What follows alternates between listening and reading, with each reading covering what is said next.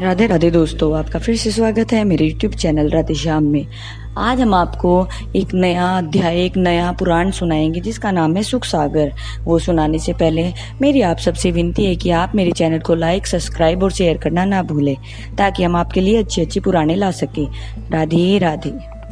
राधे राधे दोस्तों, आपका फिर से स्वागत है मेरे YouTube चैनल राधे श्याम में। आज हम आपको आगे की कथा सुनाते हैं।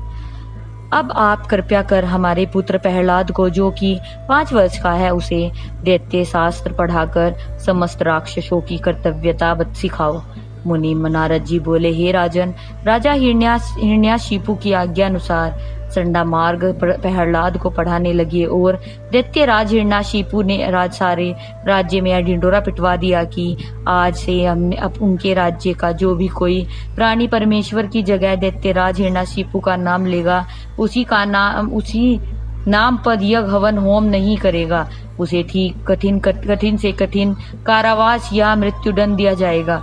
इसलिए राज्य में कोई भी प्राणी परमेश्वर का नाम न लेकर हरि भक्त, गो ब्राह्मण या अन्य शुभ कार्यकर्ता की सेवा न करे।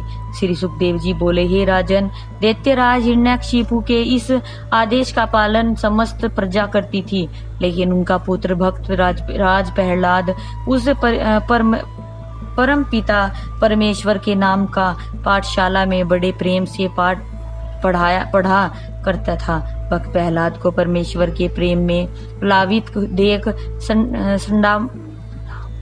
संडामर्क ने उन्हें अपने पास बुलाकर कहा, हे प्रहलाद, क्या तुम्हें अपने पिता दैत्यराज हिरण्याशिपु की आज्ञा का पता नहीं है, जो तू इसके नाम का गुणगान कर छोड़कर परमेश्वर का नाम जपता है? अपने गुरु संडमार्क की बात सुनकर भक्त प्रहलाद बोले, हे गुरुदेव, आप तो शिक्षा प्रदान करने वाले गुरु हैं।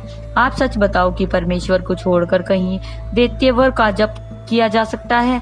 जिसने इस समस्त जगत के प्राणियों को बनाया है, उसका हम सबको, आपको, मेरे पिता को, समस्त प्राणियों को जप करना चाहिए। इसलिए हे गुरुदेव, कितना अच्छा होता जो मेरे साथ मेरे पिता नहीं तो कम से कम आप तो जरूर परमेश्वर का भजन करते। भक्त प्रहलाद के मुख से यह ज्ञान भरी बातें सुनकर संडामर्क के मुख से कोई उत्तर नहीं निकला, लेकिन संडामार्क दैत्यराज हिरण्याशिपु से बहुत डरता था। उसने मन ही मन सोचा कि यह बात दैत्यराज को अवश्य ही बता देनी चाहिए, क्योंकि यदि दैत्यराज को यह सब पता चल गया तो पता नहीं क्या दंड मिलेंगे। यह सोचकर संडमार्ग ने भक्त प्रहलाद की सारी बातें दैत्यराज हिरण्याशिपु को बता दी।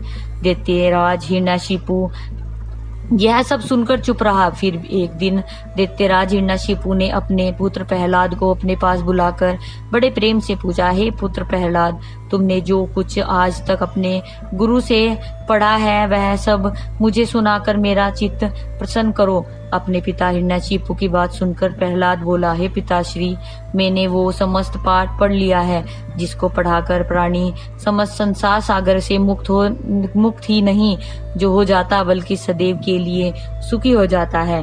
पिताश्री, यदि आप भी सुनना चाहते हैं तो क्या मैं आपको सुनाऊं?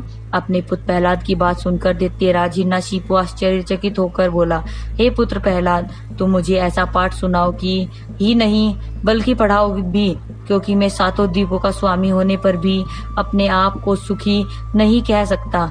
इसलिए सदैव सुखी रहने वाला वह मंत्र मुझे शीघ्र ही सुनाओ। अपने पिता दैत्यराज हिरण्याशिपु की बात सुनकर प्रहलाद बोला, हे पिताश्री, जिसने हमको, आपको ही क्यों नहीं बल्कि इस समस्त जगत को बनाया है, वो निराकार, निर्विकार, अजन्मा, अनादि और पर परमेश्वर होने पर भी पृथ्वी का भार उतारने के लिए तथा दुष्टों का संहार करने के लिए सगुण अवतार बन जाया करता है, तथा ब्रह्मा, विष्णु, महेश,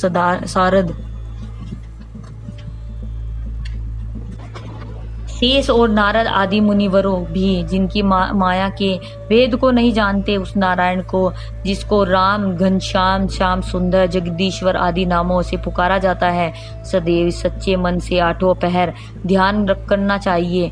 वो संसारी मोह माया से तथा काम, क्रोध, मद, लोभ, मोह और अहंकार से सदा रहित रहना चाहिए। हे पिताश्री, उस परमेश्वर की 9 प्रकार से इस प्रकार पूजा करनी चाहिए। श्रवण, उस परमेश्वर की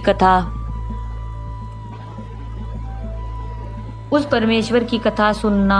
कीर्तन, परमेश्वर के नाम का कीर्तन करना। पाद सेवन, उनके चरण कमलों की सदैव वंदना करना। अर्चन, परमेश्वर की प्रतिमा का भक्ति सहित अर्चन पूजन करना। वंदन, साष्टांग दंडवत से सदैव परमेश्वर की वंदना और प्रार्थना करना। दास्य, सदैव परमेश्वर को अपना स्वामी जानकर उनके नाम का जप करना।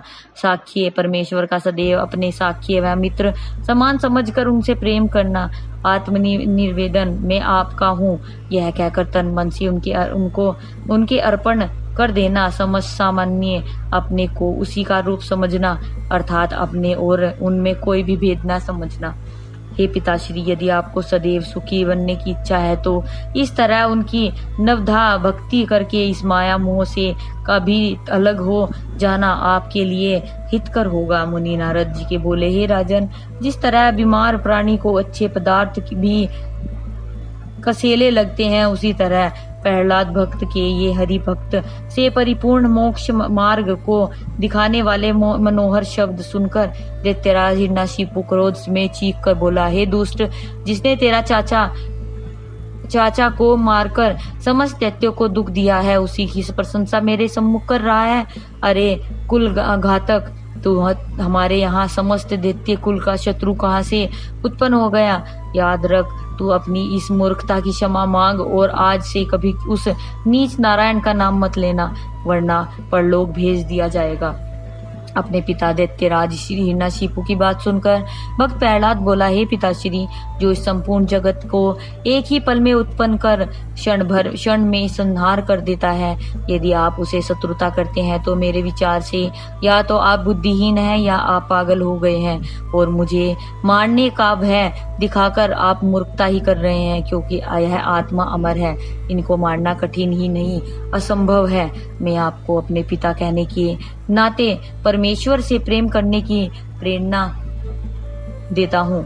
अपने पुत्र प्रहलाद के मुख से यह सब सुनकर दैत्यराज हिरण्यकशिपु क्रोध में चीख कर बोला, कोई उपस्थित है जो इस दुष्ट को मेरी आंखों के सामने से हटाकर मौत की गोद में सदैव के लिए सुला दे।